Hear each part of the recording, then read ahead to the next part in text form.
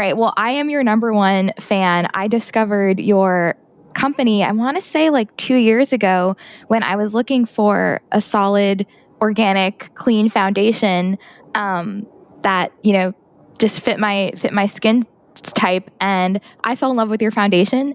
And then I started looking into all of your other products and your mission. And I just love everything you do. You've been someone I've wanted on my podcast for quite some time now since I've started. So yeah, just really excited to sit down and chat with you today. Awesome. Thank you so much.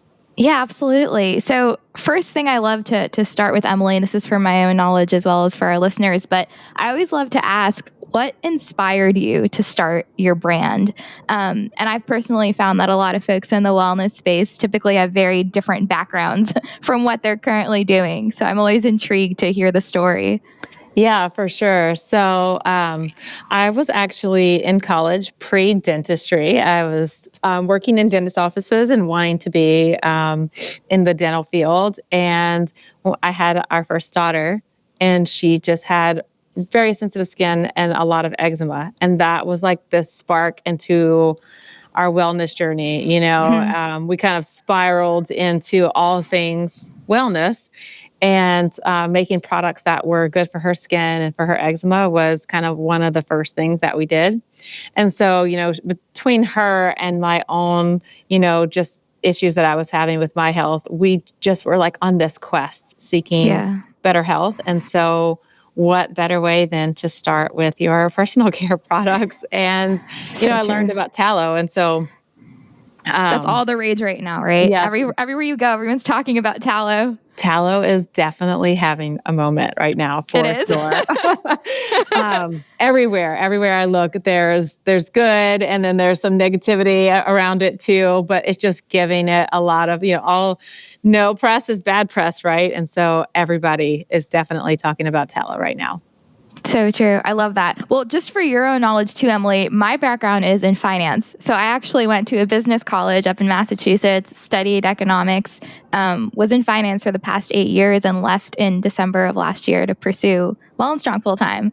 Yeah, and my journey started with my mom and her breast cancer. That's always been like foundational content of my site, is an integrative approach to cancer.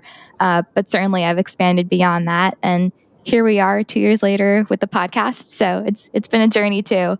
I love that. I really feel like a lot of people's story starts with like their why, or this pain point in their life that they want to solve. And it just makes you dive so deep into all the things. And then once you learn that knowledge, obviously you can't unknow it. And you just want to continue like with this quest and crave for knowledge. And so I feel like I'm still on this like quest of like learning and understanding. And, it can go both ways. It could be, there's a little bit of too much sometimes, like so much noise and a lot of things in the wellness space that are contradictory. And I think that I try really hard to just kind of settle in the middle and understand all the things, but at the same time understand that, we live in a world that's not perfect, and we're doing our best. And so is most people around us. And so just understanding that everybody is in their own place in their journey, because throughout my wellness journey, I feel like I've been in lots of different places and grown and evolved and changed my mind about things. And so I try to understand that we're all on this quest, for knowledge and understanding. Yeah, amen. That was perfect. Very well said, Emilie. It's funny. I feel like the more I learn in the wellness space, the less I know, right? And I think too, having been in this space for quite some time, that happy medium, right, is truly, I feel like, where the sweet spot is. Because at the end of the day, I feel like the anxiety about the things people are talking about, whether it's self-care products or food, like that's often worse than the thing itself. It is. So I think the stress of it is almost more toxic than the actual thing. I agree. It is. It really is. So I think, yes, we are to be stewards of our bodies and learn and, be educated to what we're able to do. But at the end of the day, we also have to take everything with a grain of salt and live our lives and, just do the best we can. For sure. But with that, Emilie, so skincare and makeup, this is just such a huge field. And I know we only have an hour, so I'm going to try to cover as much as we can. But with that, let's just start from the basics, Emilie. So someone who is completely new to this, right? Like they've never heard of quote unquote clean, non-toxic skincare. What is your basic definition of what clean skincare is? And we could perhaps maybe start with like ingredients to avoid. I'll put the ball in your court, however you want to start in defining that. So to me, clean skincare and makeup is just made without harmful chemicals that are harmful to humans. And so we just are interested in human safe products. We all want effective skincare. We want makeup that works, but we want to do that in a way that avoids chemicals that are harmful to our endocrine system, to our hormones, and to the toxic burden that our body has. And so at Toups, we very thoughtfully formulate the products to avoid those ingredients. And, if someone's brand new and they're looking for skincare and they're looking for makeup that that is safe for their bodies, there's a handful of things that they want to avoid. I would say first and foremost, they're going to want to avoid fragrance. It's the biggest offender of all. Fragrance can hide up to 14, or I think it might even be 1,900 chemicals. That's crazy. Under that one word. And so it's protected by trade secret law that says that you can formulate the fragrance that you want for your products, and it can be proprietary so that no one can take that and replicate it. But what companies have really done is really exploit that law, and they're putting a multitude of things into what we call fragrance that are extremely harmful to our bodies and our endocrine systems, our reproductive systems, our hormones. And so using those products, I think there's a study that says that women use on average 12 products with 168 harmful chemicals in them per day. And when they're using these products 7 days a week, 365 days a year, that toxic burden really builds up. And there's only so much that your body can handle. We are incredibly designed with an excellent detox system and detox pathways that can handle a lot of the toxic burden that's in our environment and even in some of the products and things that are around us. But, now in 2025, products have become so toxic and our world has become so toxic and our food and our water. And it's such a barrage in this, so much on our bodies that are, as we can see from this increase in disease and hormone dysregulation in women and in children, that we're unable to handle the toxic burden anymore. And so our bodies are detoxing what they can, and the rest is coming out in the form of different diseases. And so I personally dealt with thyroid disease and Hashimoto's. And when I was in college, I was so tired that I would go to class and then I would run home in like the 2 hours that I had a break, and I would sleep, and I would get back up and I'd go back to school. And my mom was like, something's not right. Like, you shouldn't be coming home. And then I'd go straight to bed and just be sleeping. I was so tired all the time. And that's when I did some testing and realized that I had thyroid dysfunction going on. And so the medical system's answer to that is medication that you'll be on for the rest of your life. And I think in my teens and early 20s, when I was in college, I was just kind of wanted a solution. And I don't think I was at the place in my life where I was looking for a root cause answer. And so as I, got older and had my first child, and then she was dealing with eczema and some dysfunction on her own that I now truly believe was a result of myself just not being healthy, poor gut health, and, having some hormone dysregulation going on. I then was like, I'm not satisfied with it can't be healed. She needs to be on steroids. There's no cure. And so that catalyst was enough for me to look into root cause and look into deeper. And so as we look at personal care products, for me, it's one of the easiest things to change. Like we can't change a lot about our environment, and it can be very difficult to make excellent food choices all the time. But what we really can control is the products that we're bringing into our home and that we're putting on our bodies every single day, 365 days a year, and so in addition to makeup and skincare, I think that flows into our laundry and our cleaning products, all those things. So whenever you make that conscious decision as a whole to remove those toxins from your life, there makes a lot of room for healing, right? Maybe then our detox pathways are not overloaded and can start to see some changes and things for the better.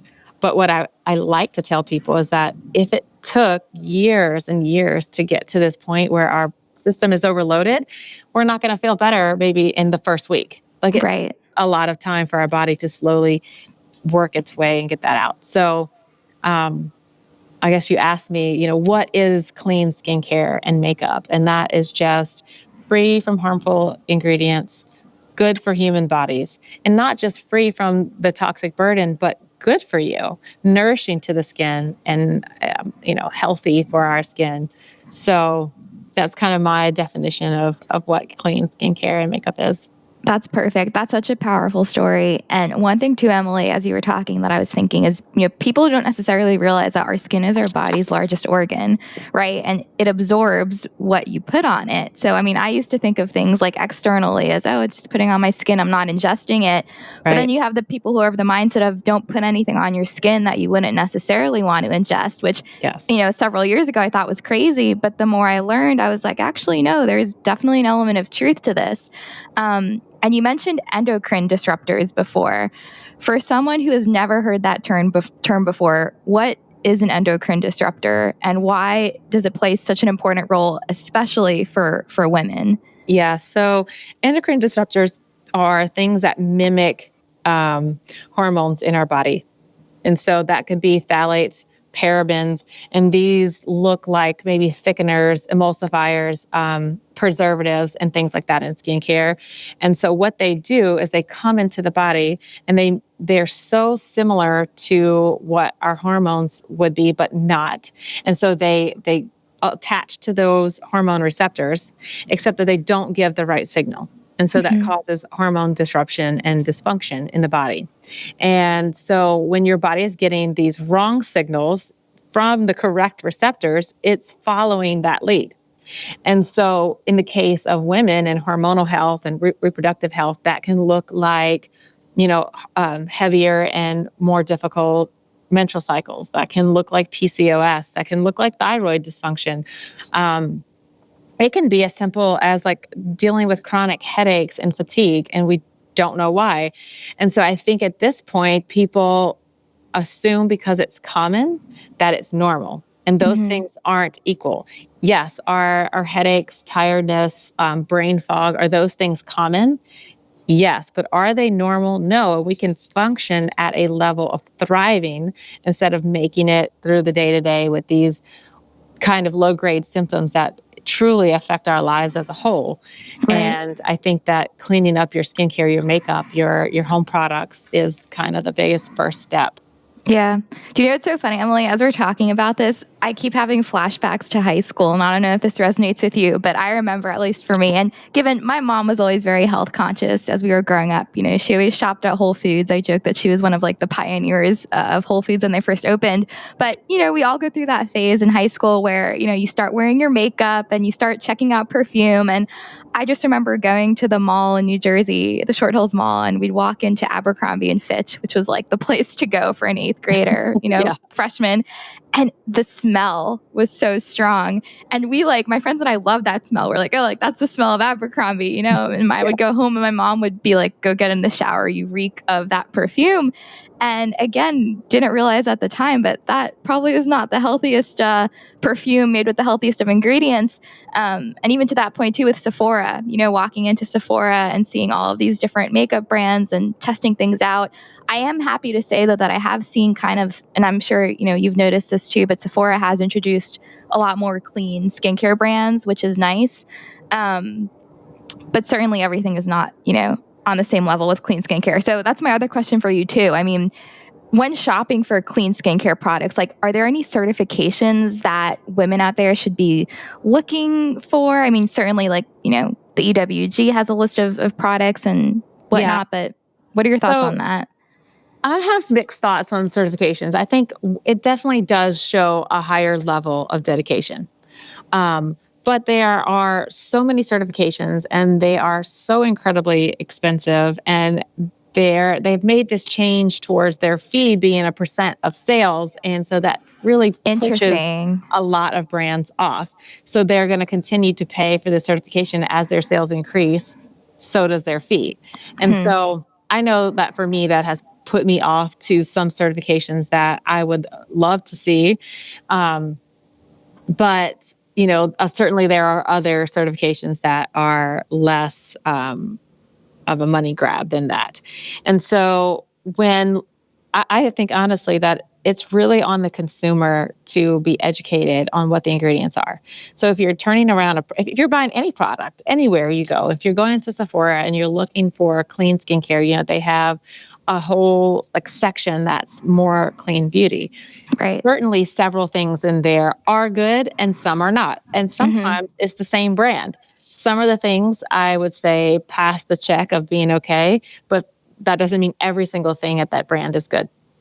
And so education and understanding ingredients and just being able to take the extra step and say, I don't really know what that ingredient is. Let me Google it and let me read about it. What is this? Is it a thickener? Is it considered a paraben? Do I really want to be putting that on my body? How is my health? And so a lot of people come to Toups because they are experiencing health issues, or they've had cancer, or they've had surgery, or they have very sensitive skin, and they come and they're like, I'm unable to use conventional makeup. Can I use Toups? And so usually I give them a rundown of what the ingredients and the products that they were using versus what they'll see in the Toups products. And then their eyes are kind of open and they're like, oh, I know what all of these ingredients are. I can read them. I understand them. Most of them are edible. Yeah. Okay, I can understand why this would be healthy for our bodies. And with the claim to quote unquote natural makeup and skincare comes this connotation that it's not as effective, the makeup won't last. And I know you use Toups and you know that that's not actually the case. I'm wearing your foundation right now. Emilie, I'm telling you, your foundation is my most favorite foundation I have ever used. I'm always sharing it. I used to use 100% pure and I still like some of their products, but foundation wise, this is amazing. And I'm so curious to pick your brain too on how you even formulated this, because it's amazing. It's just very simple. So it's an aloe vera base, and then people want coverage. And so coverage comes in the form of colorants. And so instead of artificial synthetic colorants, we use iron oxides. They're mined from the earth. They're mined right here in the US and Canada. And when you have a good enough percentage of colorant there and you have an application that feels smooth and it's hydrating, that's all you need. All the other things just makes it wear longer or gives it a dewy, tacky finish. And it's not, they're just unnecessary. Right. And so even some brands that have those harmful chemicals in there, honestly, if they break that formula down and take out the chemicals and just put everything else back in it, they'll almost have a formula that people will love and that will work well. So to me, less is more, and the bare basics and the less that there is there still makes these beautiful formulations that people really like. Yeah, I'm beyond impressed with you, Emilie. How did you even equip yourself with the knowledge to formulate these products? Did you work with someone? How did that process? Definitely have people that are smarter than me in chemistry and know formulations better. But I will say, so we started with just skincare, and I formulated most of the skincare myself by trial and error. what I wanted for my skin. I would put together some stuff. Oh, that's a little bit too much. Let's pull that back. And I have 5 sisters. And so I was blessed to be from a really big family. And they were my guinea pigs all the time. I was constantly sending new formulations and samples out to everyone. And I would bring them to my mom's in a big box. And I was like, everybody take and use and give me real constructive criticism. And no one will give you better criticism than your sister. So true. So true. And they really wanted to see me succeed as well. And so I valued all of the things like this stinks or this is sticky, I don't like it, or whatever it was. And that just made the formulas better. So I was like, okay, what is the ingredient that's giving this feel that we don't like? Okay, let's decrease that. What can we add instead? But that's a process. It was a process. And that's probably part of the reason that Toups grew slowly in the very beginning, because we were just doing it all ourselves. And I was just getting on the little Facebook group, selling on Etsy, had a few little things. I was going to ask how you started. Also, when did you start? Like, how old is Toups? So Toups will be 9 officially this year. Incredible. But I started formulating tallow balms in 2014. Wow. So you were ahead of the tallow curve. That's 9 years ago, right? 2014. 2014. It's 11. Yeah, that's 11. So yes, that's when after Micah was born, I started formulating tallow balms, but just for us. I was rendering tallow and adding some, good pure olive oil in there and just using it on my kids. Yeah. I was giving it away to friends and family members. My sister, Sophie, got married and I made these like tallow balm bridal shower gift. Brilliant. And that was like the first time that I had ever given them out to family. That's amazing. And it's really funny because I would like be sitting and listening and they would like turn it over and it would say like beef fat. And I heard lots of murmurings, at the baby shower of like, that's either kind of disgusting or they were like, never heard of it before. And so that was like my very first foray into letting people that I knew know what I was making and things like that, which was really fun and funny because back then tallow was not having a moment. It was very much very hippie. If you were rendering tallow and making your own lotions, like that was completely unheard of. And so I was just going to say, Emily, for like people listening right now who are probably like, what is she talking about? Can you explain like the benefits of tallow for skincare? I mean, I cook with beef tallow, but as you said, tallow is having a moment in the skincare world. So what is like the rage about it? So tallow is 98% bioidentical to our own skin sebum. And then in addition to that, it's full of fat-soluble vitamins. These fat-soluble vitamins are only found in animal products. They're not found in plant oils. And so the vitamins are vitamin A, D, E, and K. And our skin is very receptive to these fat-soluble vitamins because that is what feeds human skin cells. Right. And so when you're putting tallow on your skin, essentially, you're nourishing your skin cells in a way that they were meant to be nourished, right? Because it's animal fats. Right. And so our skin responds so incredibly well. We're nourishing the skin. We're seeing better cell turnover. Vitamin A is all the rage.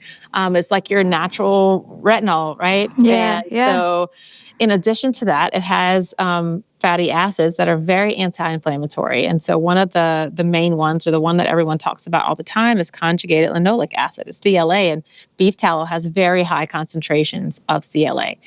And I want to go back a little bit and say grass-fed beef tallow has very high concentrations of CLA and has correct omega-369 ratio. And our skin is very receptive to that. This is not the same as factory farm beef. That beef is white. It is it's not as thick. It's waterier. It's like more oily. And so the omega-369 ratio is off. Obviously, those fat-soluble vitamins are going to be less. And so when people are looking for tallow, if you're interested and you're wanting to try tallow for the first time, know your source. Because there are multiple ways to render tallow, which just means melting it, straining out the impurities. And I always love to talk about the fact that Toups is using grass-fed tallow and we're rendering it properly because you want to preserve those fatty acids and the vitamins and minerals. So they're sensitive, they're heat sensitive. And so this long, low and slow rendering process is helping to preserve as many of the nutrients as possible. Wow. And so people will come and they're like, oh, I was using Toups Tallow, and then somebody introduced me to this, and I tried this other one I bought on Amazon or whatever, and I didn't get the same results. And I was like, well, there's a lot involved. It's the same thing. I try to relate it back to food, right? There's food has a wide variety of grades, and you can get olive oil that's been, hexane extracted and mixed with another oil. The quality is not going to be there of this beautiful single origin, fresh pressed olive oil. So obviously that's going to have a lot more vitamins and nutrients and be better and taste better. The same thing with tallow, the source and the quality really matters. And so, that is the basis of what tallow is and why it's so amazing for skin. What type of skin conditions, Emilie, would benefit the best from tallow? So like you mentioned eczema and like psoriasis. What about women with like acne? So there is a huge misconception. I'm so glad you asked this question because I wanted you to go down this rabbit hole because I feel like, go ahead. So there's this, because tallow's having a moment, there's this new wave of people who are cosmetic surgeons and estheticians that are saying, I would never put beef tallow on my face. Mm-hmm. And they're misunderstanding the benefits of tallow or misunderstanding the fact that it's not comedogenic. And if you kind of get on Google and you just do a regular search, is beef tallow comedogenic? You're going to hear websites that say yes, and you're going to see websites that say no. This also comes down to quality. If you're getting beef tallow on Amazon that's made in China, which plenty of them exist on Amazon right now, I had to go search it myself because there was a point where there were maybe 3 people in the U.S. making tallow balms and selling them commercially. But now there's even more than hundreds and thousands, and you're finding it on places like Amazon. So I go in there and I'm looking at all of these and I'm like, what is the country of origin? What are they saying about it? I've even ordered one and had it come in just to what are people using? Because they're emailing us and they're saying, I bought this tallow balm. It's not working for me. What do I do? And so I looked at it and it's oily. It's definitely tainted with other oils, or it's either, high heat extracted or hexane extracted to deodorize it. And obviously that's going to give you a completely different product. So when we're talking about grass-fed tallow, slow rendered, is it comedogenic? Is it going to hurt your acne? To me, the answer is no. And so it's very anti-inflammatory, and it's also nourishing the skin. We have seen people come in who are using the tallow in combination with removing detergents from their face, because most cleansers are not real soap, they're detergents. Removing the chemical detergents and cleaning their face in a very gentle way and using the tallow, see amazing results. Yeah. We've kind of put together a little 3-piece kit that is a charcoal soap. So it's made with beef tallow, and I'm so excited to try that, by the way. I have it. It's currently sitting in before this conversation, I was going through my cabinet and 80% is all Toups Co. And I was like, what haven't I tried yet? But that is one of them that I'm really looking forward to trying. And that was probably the first soap that we released. Because that charcoal is binding to the impurities in the skin, the things that cause acne, bacteria, and then washing them out, right? Because so charcoal, the way it's polarized is a draw. It wants to draw out. And so mixed with the soap, which is beef fat, which is repolarized, same thing with lye. All soaps are made with a chemical reaction between a fat and lye. And the lye breaks the bond of the fat and makes it go opposite and repolarizes it. So instead of attaching, it's like a magnetic force to pull away. And that's why it attaches to fats that are on your skin, oils and things, impurities. And then with water, it washes them right off. And that is how a true soap acts. Detergents, on the other hand, don't do that in the same effective way. They are washing off oils and things on your face, but they work in a different way that is stripping the microbiome and the membrane of the skin. And so we have people discontinue the use of detergents on the face, use a real soap, and add in beef tallow for moisturizing. And there's just no comparison to the changes in their skin.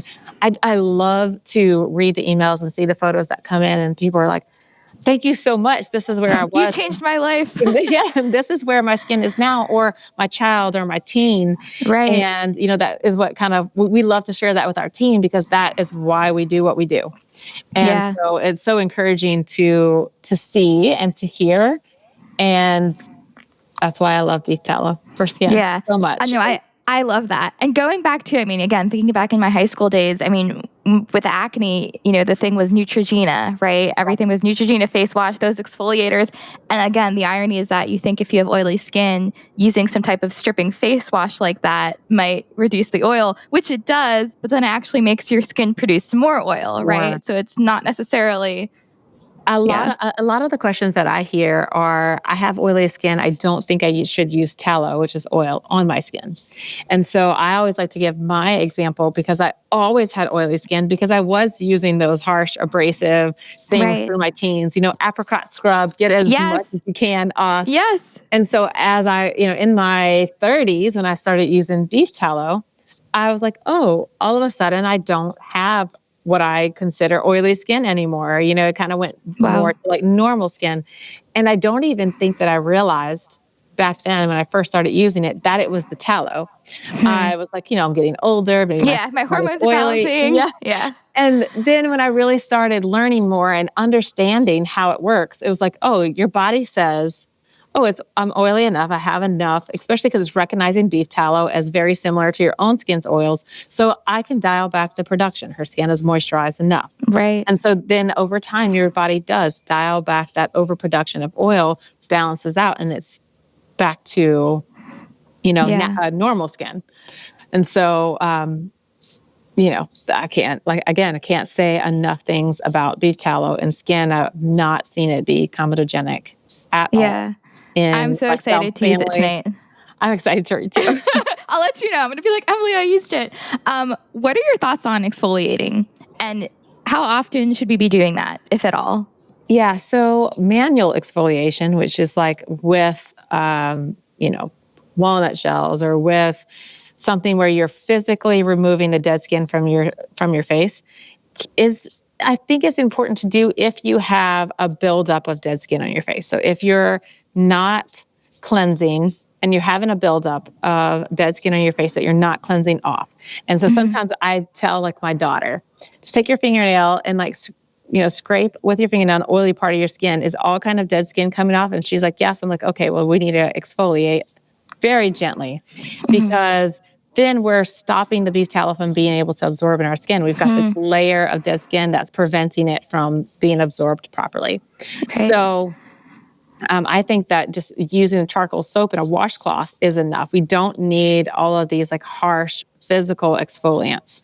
Yeah. The only product that we have at Toups that does have a little bit of physical exfoliant is the Glow Mask. It's a dry mask. It's got clay, vitamin C, hyaluronic acid. And when you mix that you can mix it with water and it will dry, and it'll be kind of like your typical mask. You can mix it with honey and have a more moisturizing mask. You can mix it with aloe vera gel. There's so many different options for you to add to it. But then when you put it on, as you wipe it off, it has a little bit of crushed walnut shell in it that does give you just a little bit of exfoliation. So I feel like personally, I'm in my late 30s, that I might do that twice a month. I'm like, I'm feeling a little congested. I do feel like I have some excess buildup of dead skin. I will do a face mask. It kind of resets, put on the glow serum, I put on the tallow, and then I'm like, I'm good to go. I can feel my skin drinking it in. So I guess I feel like I'm doing it when I feel like my skin's not drinking in the moisturizing products. Yeah. And I need some hydration. That makes sense. With that too, Emilie, I'm 29 and your skin is beautiful and much more beautiful than mine. So what is the secret? What is your typical skincare routine like? So I'm a mother of 5 and I have very limited God bless. And so the simpler, the better. Most days I will do a good skincare routine at night. Because I'm taking off the impurities from the day, then those environmental toxins, whatever makeup that I'm putting on, making sure that I'm removing it at night and hydrating. But a lot of times in the morning, I will use a hot washcloth and maybe a couple drops of glow serum, and I'm done. That's all I need, because my skin didn't get dirty while I was sleeping. And honestly, now that I don't have oily skin or overproduction of oil, it's also not very oily when I wake up. So a hot washcloth and a little bit of moisture. I might throw on a little bit of, depending on if I'm working or not, some mascara and a little bit of foundation. Good to go. But also, this is highly controversial in the skincare world, but I make sure that I'm getting sunlight on my face. Especially that early morning sunlight at the evening right before bed. Not only does it reset your circadian rhythm, but that getting that sunlight on your face and in your eyes is also regulating your hormones. And so I have really made a conscious effort to get up early and go sit outside in the morning before the kids wake up, all the things. Love that. And really have noticed improvement in my skin. And I think that was like a secondary benefit. More than that, I kind of wanted to reset my nervous system, wanted to make sure my circadian rhythm was in check. Right. But then I'm noticing, better skin, and I'm just like, oh, well, that's even a much better benefit. So I love that. Emilie, on the topic of light, I'm super curious of your thoughts on this. What are your thoughts on red light for skin health? Because again, now like red light is having a big moment, and we see all of these red light face masks. I have one. I have a red light bulb too that I used this morning because it's raining here this morning, and if I can't venture outside, I'll try to do some red light therapy. But in terms of skin health benefits, what is your take? So I totally have a Loom box. I have a red light therapy, and I still think that you are getting all of those red light therapy benefits in the early morning sun and the evening sun. So if you don't have a red light and you still want those benefits on your skin, they're free. Outside. They're free. You can go outside and get that early morning sun as the sun rising and the sun is setting. But I don't have any issue with like at-home in-house devices. I have a little bond charge device, and I also have the little Loom cube, and I do use them like in the winter when it's harder for me to get that sunlight, or if I have an injury and I want to put it on like a direct part of the body. Right. Like I went skiing earlier this year and twisted my knee, and so I was using that on that spot specifically. But definitely a lot of benefits to skin health for sure. Yeah. All right. Good to know. My other question too for you, Emilie. So interestingly, this has become a kind of like fascination of mine, is skincare according to cycle phase, right? So obviously as women, our skin changes throughout the month. And I noticed that my skin looks best like the week or two right after my period. Exactly. So with that, are there, I guess, certain like, I don't know, like extra things that we could be doing like during each week of our cycle to help ensure that, we're not going to get breakouts in the next few weeks? Or like, does your skincare routine change based on where you're at in your cycle? So I don't change my skincare routine because what is affecting the quality of your skin is your hormones. And so to me, I'm going to change maybe my supplements, change the way I'm eating, and try to support internally. That gives me the best results. If I'm worried about like a breakout the week before my cycle, that's my body is telling me that something with my hormones is not perfect. And so how can I support my hormones? Maybe I might take some extra beef liver and double down on my vitamin C and make sure that I'm supporting my body internally. And then I will see external results. You can only support your skin so much externally. And so the combination of internal and external, I think, is your best bet for, seeing that glowing skin that we all want. Yeah. No, I couldn't agree more. With that too, Emilie, I am curious, what supplements do you take as part of your daily routine? So I just want to know like everything about what you do. I'm so intrigued. I love that. So currently, and this has changed a whole lot. Currently, I take floral essences for just nervous system regulation. Being the CEO of this company has changed and evolved a lot. And so I'm sure definitely has affected my nervous system more just because there's always something new. We're always growing. There's always a change. And really that morning sun and the flower essences are like my go-to for regulating my nervous system and being able to handle whatever the day throws at me. In addition to that, I support myself with magnesium first and foremost. So I'm spraying magnesium, taking Epsom salt baths, and taking a magnesium supplement because all of our stress is burning through magnesium, right? And I think that I have a pretty high burn rate. We've got a lot going on between 5 kids. We homeschool. I'm running Toups. And because I recognize that my burn rate is higher, I make sure that to supplement with magnesium. Our entire family is taking mineral drops in our water. I make sure that I get that in the morning because as you know, that most people are mineral deficient. And so when I see little things pop up or I feel, just not my best, I feel like I'm probably lacking in minerals. Right. And so mineral supplementation, magnesium, vitamin C, beef liver. Recently I've had a few histamine issues. I will throw in some beef kidney because it's natural DAO, which breaks down histamine. But I feel like I really try to supplement based on how I'm feeling and be very in tune to my body. What do I feel like is going on and how can I fix that? And then when it's fixed and I feel like I don't need it anymore, I might drop that supplement. Right. And so that's kind of where I'm at right now. I do take sometimes some tart cherry at night. I try, We're very similar, Emilie, very similar. And I also think that less is more because I want to get most of my supplements from my food. And so I'm eating, pastured meats and grass-fed. We kind of homestead and farm here a little bit. So we have that is my dream. Fresh eggs and, good quality beef for the kids. We have milk cows. And so they're getting, delicious raw milk, which I also make sure that the grass that our animals eat is mineral rich because we're only going to get out of it what we put in. So if your cows are mineral deficient, then you're going to be mineral deficient. And if I know that our land back here is acidic and mineral deficient, then so will the beef that I'm eating. Yeah. And so I tried to go a step ahead of the supplements, supplement the food that we're eating, and then eat good quality food. Your body is going to assimilate that better. You're going to have more vibrant health. I could definitely tell a difference in my children. And so as I have worked on myself and worked on my internal health, as I had more children, I recognized that they were more robust as well. And so I don't blame myself for my first child having some issues and having skin things. And even now, she might be the first one to get sick or she has allergies when the other kids don't.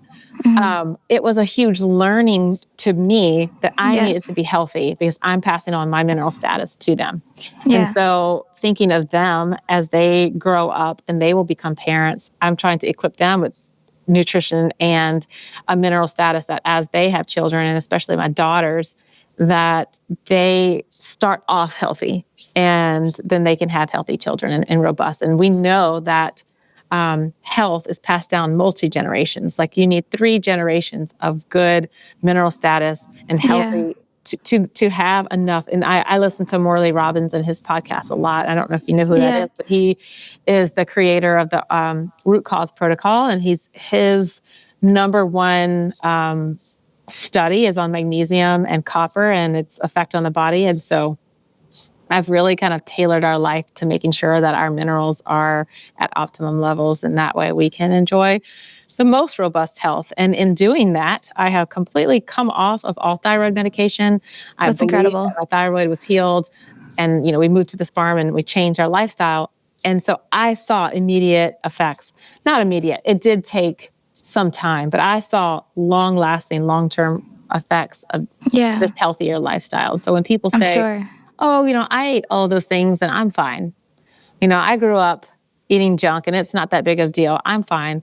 What do we consider fine? Do we consider being on hypertension medicine, on thyroid medication, or all these things that a lot of people in their late 30s, my husband's 44, we're not on any medication at all. And I'm not saying that to brag or to say that we have better health, but just to say that it matters. It matters so much. That's as it should be. Right.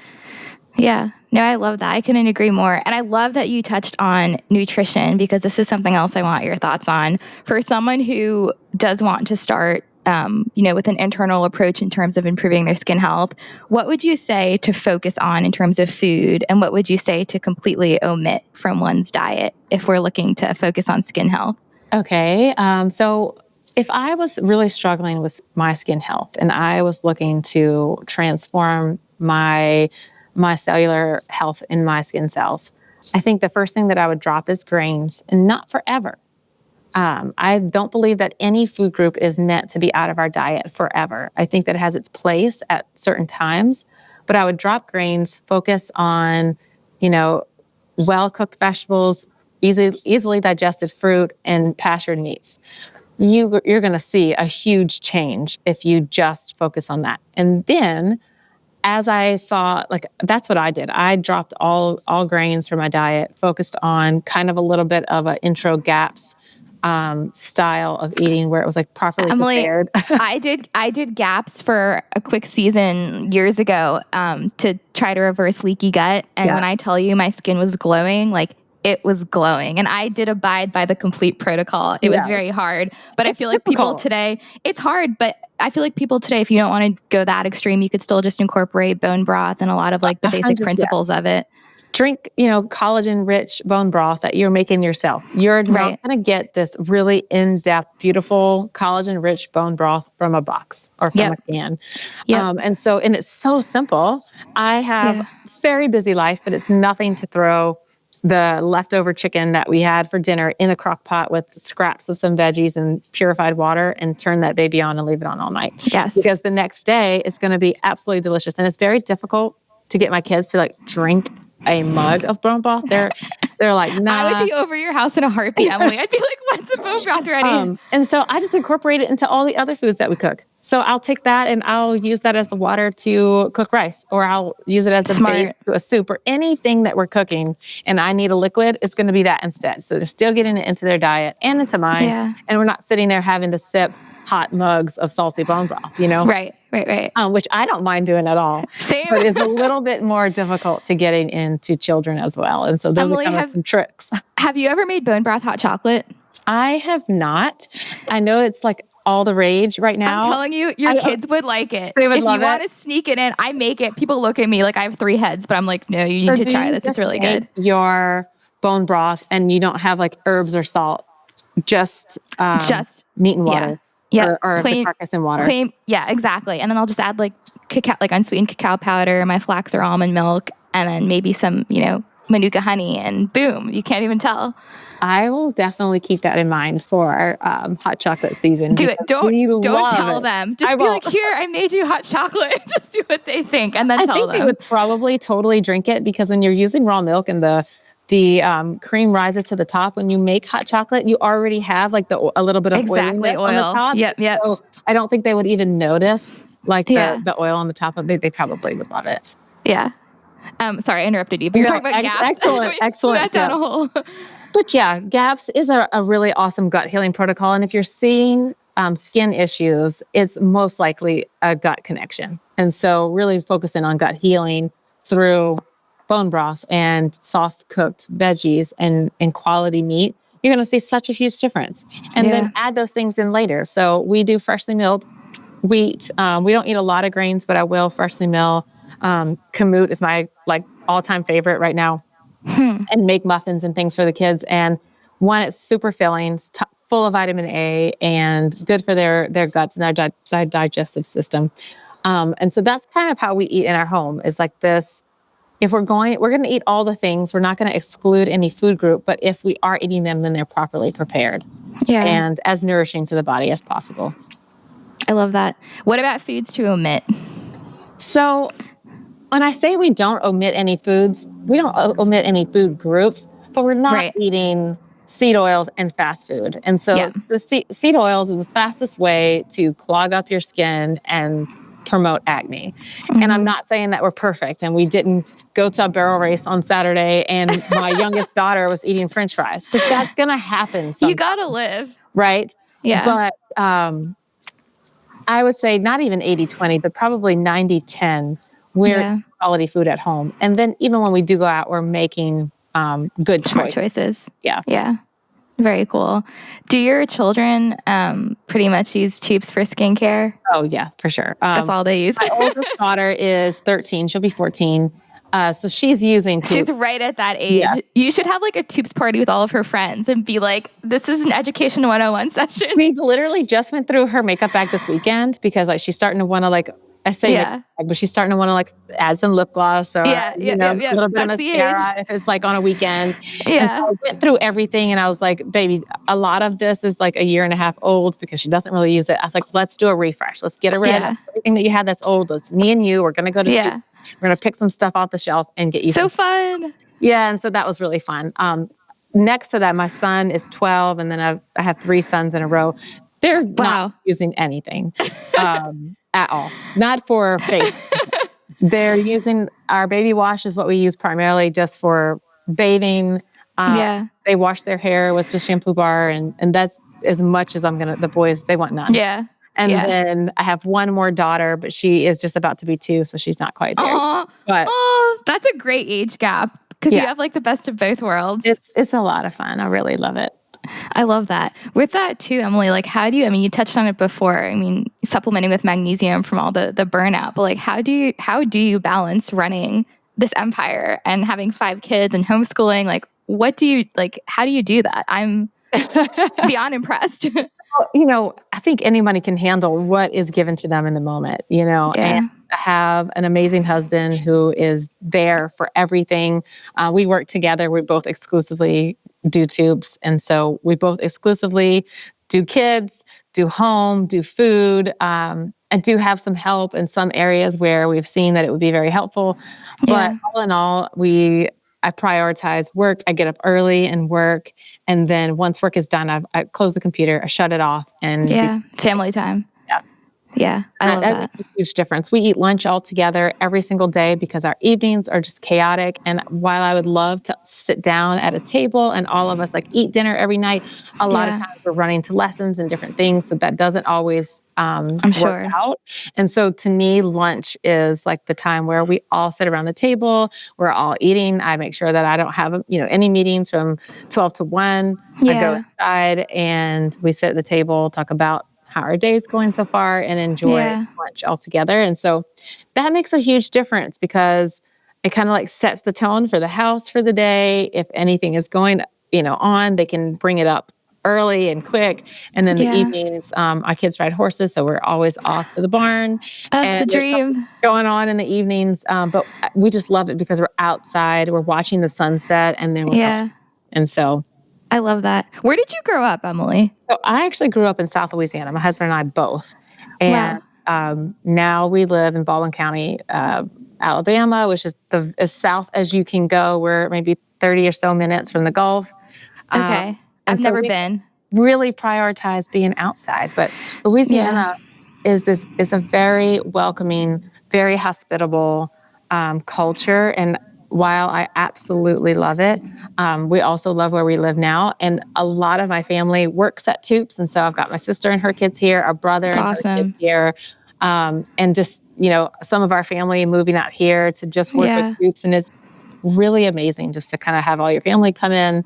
I'm sure. And, my sisters are always first ones to try out a new product or give me product recommendations. But it's been a wild ride and one that my husband and I have just had to link arms. And when it gets hard, no matter what, just kind of push forward. And so if I'm kind of falling down, he's bringing me up. If he's falling down, I'm bringing him up. And we've just been able to kind of plow through together. And couldn't do what I do without him for sure. I can imagine. Well, it sounds like you have a very supportive family. My sister, Emilie, she's a tax lawyer and she's a riot. She's always like, we need to start a product line. Like, what are we building with WellnStrong? So we're always brainstorming things to do. But my dream is to have my whole family come on board too and be part of the WellnStrong business. But kudos to you for everything you've built. And again, your mission's incredible and it all starts with mission. And I always emphasize that to aspiring entrepreneurs. I'm like, if you have a mission and a heart to improve someone's life, like money will follow, the business will grow. But it's certainly about that mission to start with. 100%, not losing sight of what the mission is and what our actual goal is, which is to bring people products that aren't toxic to their bodies. Yeah. You keep that first and foremost, everything else falls into place. Amen. One quick question for you too, Emilie, and then I'm going to wrap up. But do you have any new products on the horizon that you're interested in sharing? We do. I don't know if I can share them yet because I'm totally fine. We're still working on like timelines and things like that, but we've got some really fun, exciting things coming for the end of this year And then we've got some awesome, beautiful offerings and kind of a mini brand refresh for next year. And it's just going to be very exciting, and just kind of up-level the vessels and the things that the products are in to kind of fit the market. And so I'm extremely excited about where Toups is going. That's awesome. Well, I am here all the time to be a sounding board. If you ever need me, I'll be a tester for you. But again, I'll send you some things that are in the works. Would love it. But no, I'm a huge fan of Toups and of everything you're doing. So keep up the wonderful work. But with that too, where can listeners find and support you? So just look for us at toupsandco.com. You can follow us on our social media, on Instagram and on Facebook at Toups Co Organics. Awesome. Well, Emilie, this has been so much fun.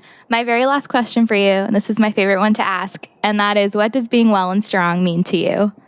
I think being well and strong means to me is to have the mental capacity to take whatever life throws at me, whether it's up or down, and it not destroy my frame of mind, that I can handle what comes. Those fires don't just break you down or make you too excited, and that I can actually turn on and turn off work and family and be able to manage them both in a really healthy way. I think that's most important to me and what that means to be well and strong. I love that answer. I cannot agree more. Well, this has been so much fun, Emilie. I'm so glad I got to finally meet you. It's been a long time coming, but I'm really excited to share this with listeners, and I hope to have you on again at some point soon. Well, good. Thank you so much, Jacqueline. It's been such a pleasure.